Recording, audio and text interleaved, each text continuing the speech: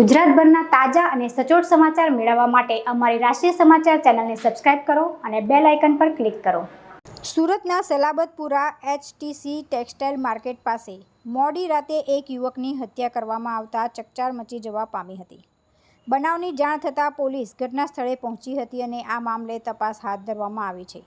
Salabatpura police પાસેથી મળતી માહિતી મુજબ યુવકને ઉપરા છાપરી ઘા ઝીકી દેવામાં આવ્યા હતા, જેને લઈને તે ગંભીર ઈજાગ્રસ્ત થયો હતો। તેને સારવાર અર્થે હોસ્પિટલ ખસેડવામાં આવ્યો હતો, જ્યાં તેને મૃત જાહેર કરવામાં આવ્યો હતો।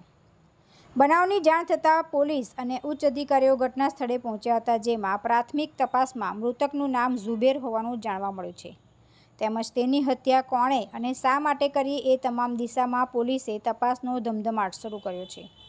મૃતક ઝુબેર એક YouTube ચેનલ ચલાવતો હતો।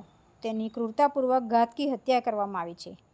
હત્યા નજરે જોનારા લોકોએ પોલીસને જણાવ્યું હતું કે આશરે 16 થી 17 વર્ષના 5 થી 6 જેટલા કિશોરો દ્વારા ઝુબેરની હત્યા કરવામાં આવી છે। ઝુબેરને ઉપરા છાપરી 34 જેટલા ઘા મારી તેને મોતને ઘાટ ઉતારવામાં આવ્યો છે। જી સાહેબ,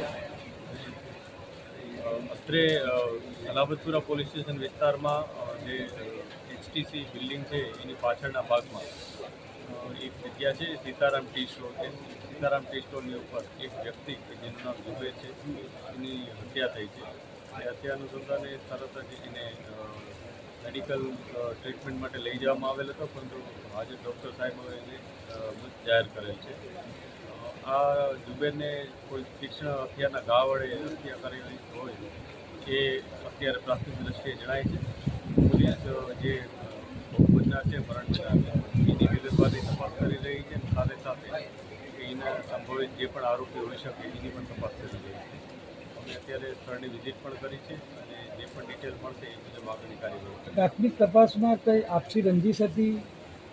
અત્યારે અમે જે ભોગ બનનાર છે એની બીજી બધી વિગતો મેળવી રહ્યા છીએ, જેથી એને કોઈ સાથે કોઈ પ્રોબ્લેમ હતો, કોઈએ એને ધમકી અગાઉ આપી હતી, આપસી રંજીશ હતી, ધંધાકીય બાબત હતી કે વ્યક્તિગત કોઈ બાબત હતી, આ બધા બાબત હવે જ અમને ખ્યાલ આવશે, પરંતુ અમે જે શકમંદો છે એને તપાસી રહ્યા છીએ અને એમાંથી જલ્દી આરોપી પકડાય એ મુજબના પ્રયાસ છે। હાલમાં કોઈ અટકાયત થઈ છે?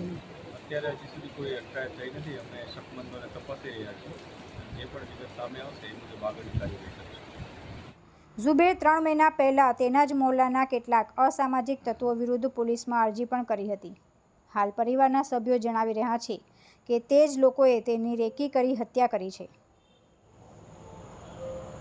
તુલસી શર્મા સાથે રાષ્ટ્રીય સમાચાર, સુરત।